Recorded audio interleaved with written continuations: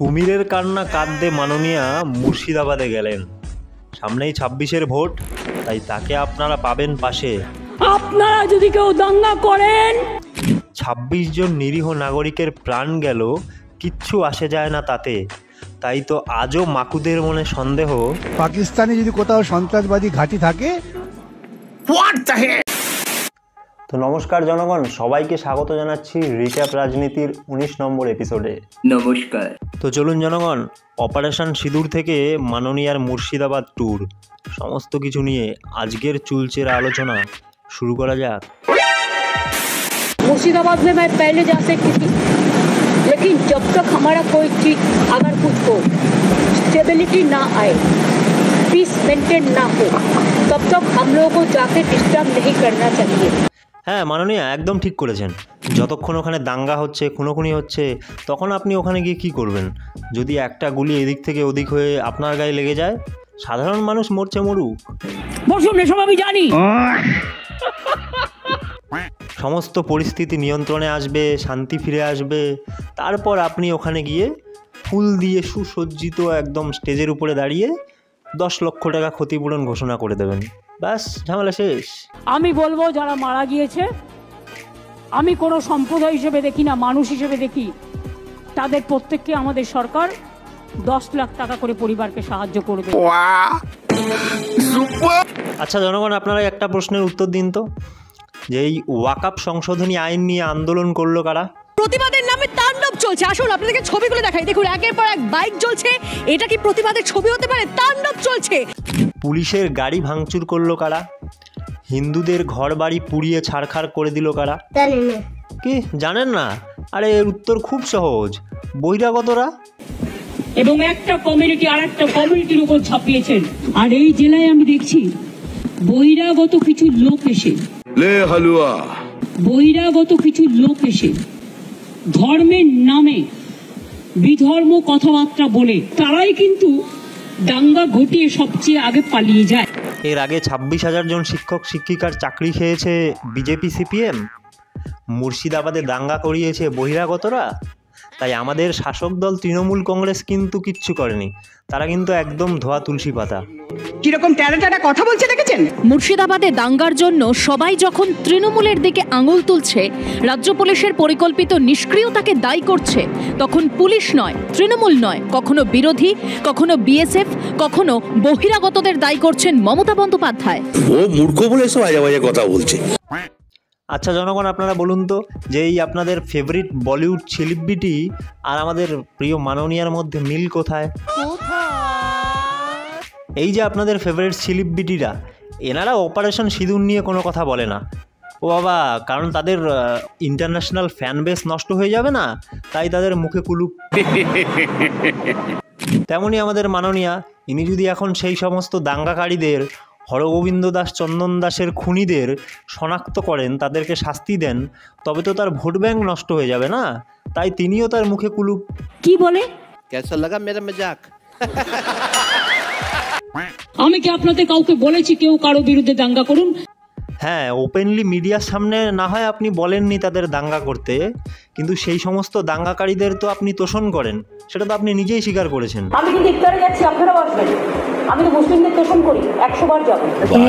বাহ দিদি দাঙ্গা নয়, শান্তি চাই।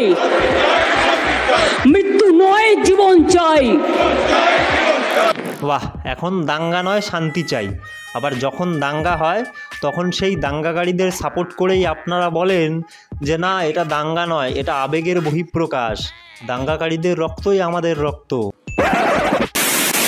কেউ যদি দাঙ্গা করে না, আপনার বাড়িতে রান্না করেন, হাতা খুন্তি আছে না, ওটা দিয়ে ভালো করে দেবেন, দেখবেন দাঙ্গা হলে সবার বাড়ি পড়ে।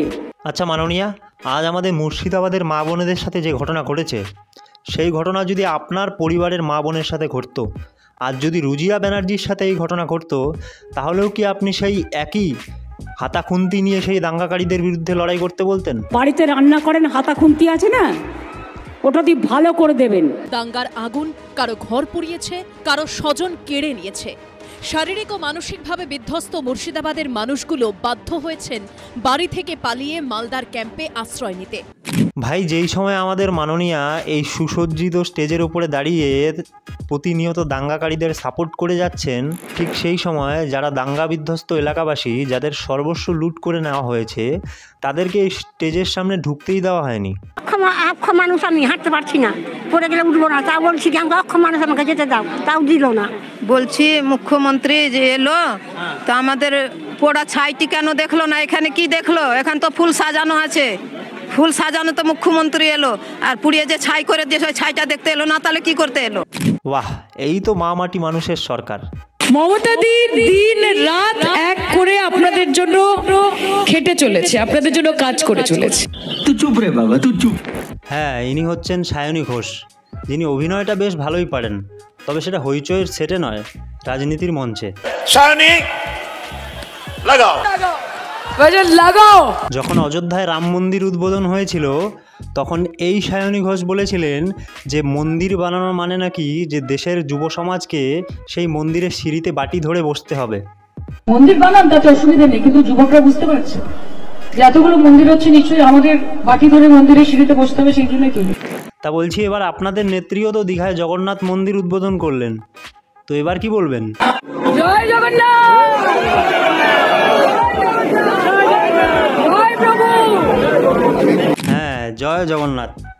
রাম মন্দির বানালে যুব সমাজকে বাটি হাতে বসতে হবে। নরেন্দ্র মোদীর শাসনকালে আমরা বাটি ধরেছি, নিয়ে মন্দিরের সিঁড়িতে বসেছি।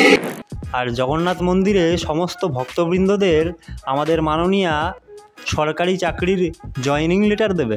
এটাকে অর্থনীতিকে ঘোরানো বলে, অর্থনীতিকে ফলপ্রসূ করা বলে। একটা ভালো করে মন্দির করলাম, সারা বিশ্বের একরকম আশ্চর্য, আর তা বলে দিচ্ছে আমি নাকি চুরি করেছি। আমাকে বলেছিল কি আমি জগন্নাথ মন্দিরের কাঠ চুরি করেছি। দেখো কাণ্ড, যে দলে অভিষেক ব্যানার্জির মতো ব্ল্যাক ডায়মন্ড, পার্থ চ্যাটার্জির মতো যুব সমাজের পথ প্রদর্শক আর শেখ শাহজাহানের মতো সমাজসেবী রয়েছে, সেই দল কখনো চুরি করতে পারে? আমরা অত ভিখিরি নই, আর আমরা পকেটমার নই। পার্থ চোর, কেষ্ট চোর, ববিও চোর, অরূপ চোর, অভিষেকও চোর, মমতা ব্যানার্জিও চোর। কেন, ওরা তো ভালো কাজ করেছে, চোর হোক জাত ভালো। শিক্ষায় চুরি, কয়লা চুরি, বালু চুরি, আর এবার নিমকাঠ। আমি জগন্নাথ মন্দিরের কাঠ চুরি করেছি, কান মোলা দেওয়া উচিত এদের, কান ধরে উপোস কর।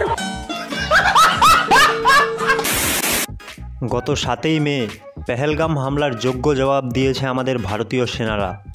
Colonel Sofia Qureshi and wing commander Vyomika সিংয়ের নেতৃত্বে অপারেশন সিঁদুরের মাধ্যমে পাকিস্তানের 9টি জঙ্গি ঘাঁটি ধ্বংস করেছে আমাদের ভারতীয় সেনারা।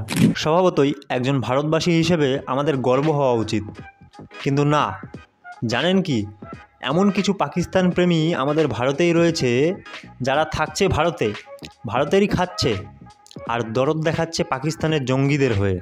জঙ্গি ঘাটিতে হামলা করবে কেন? বোকা লোক, পাগল ছাগল লোক। কোথা থেকে কত ঘটনা হয়েছে পেহেলগাঁওয়ে? কোনো ঘটনার সত্যতা প্রমাণ আছে? ভারতে আঘাতটা কে করলো তার সত্যতা পাকিস্তান করেছে, তার প্রমাণটা কোথায় পেয়েছেন? তোর ওই নর্দমার মতন মুখটা না ওই ম্যানহোলের ঢাকনা দিয়ে বন্ধ করা উচিত। পেহেলগামে যখন বেছে বেছে হিন্দু হত্যা করছিল জঙ্গিরা, তখন এনারা ফাঁকা ফ্ল্যাটে লেনিন শিখতে ব্যস্ত ছিলেন। রাম বাম same same same same same same. আর এখন যেই আমাদের ভারতীয় সেনারা রিভেঞ্জ নিতে শুরু করেছে, অমনি তাদের পাকিস্তানের জঙ্গিদের হয়ে দরদ একবারে উতলে উঠছে। আমরা অত্যাচারের পক্ষে, পাকিস্তানের গরিব মানুষদের যেভাবে মারা হবে। যুদ্ধ দিয়ে কোনো পরিস্থিতিতে দুনিয়ার কোথাও কোনো সমস্যার সমাধান হয় না। যে আমরা যুদ্ধ চাই না, আমরা শান্তি চাই। ও মা গো টুরুলাও। Too many thoughts on my mind, I can't sleep at night, so I just keep writing. যখন ইসরায়েল প্যালেস্তাইনের যুদ্ধ হয়, তখন আমরা প্যালেস্তাইনের পতাকা নিয়ে মিছিলে যাই, আর যখন ভারত পাকিস্তান যুদ্ধ হয়, তখন আমরা যুদ্ধ নয়, শান্তি চাই। আমরা যুদ্ধ চাই না, আমরা শান্তি চাই। দুঃখের বিষয় কি জানেন জনগণ? আমাদের অন্য দেশে যেতে হবে না, আমাদের নিজের দেশে ভারতের কোনায় কোনায় এমন অনেক পাকিস্তান প্রেমী গদ্দার এখনও লুকিয়ে আছে। আপনি উর্দুটা আগে শিখুন। যারা ভারতে থেকে পাকিস্তানের সাপোর্টে স্ট্যাটাস লাগায়, মিছিলে পাকিস্তান জিন্দাবাদ স্লোগান তোলে, এমনকি রাস্তায় পাকিস্তানের ফ্ল্যাগ পড়ে থাকতে দেখলে তাদের গায়ে আঘাত লাগে।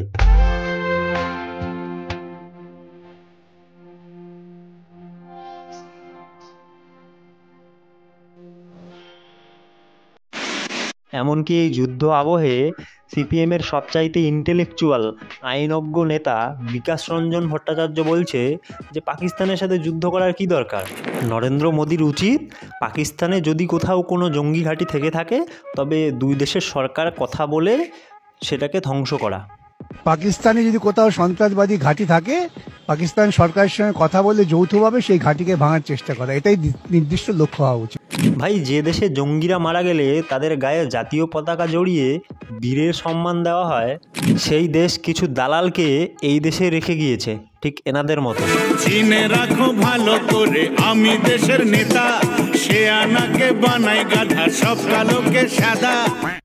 তো জনগণ, আজকের এপিসোডটা এই মহান নেতা পর্যন্তই থাক। এই ভিডিও সম্পর্কে আপনার মতামত অবশ্যই কমেন্ট বক্সে জানাবেন। তো খুব শীঘ্রই সবার সাথে দেখা হচ্ছে নতুন এপিসোডে। ততক্ষণ পর্যন্ত সবাই ভালো থাকবেন। নমস্কার।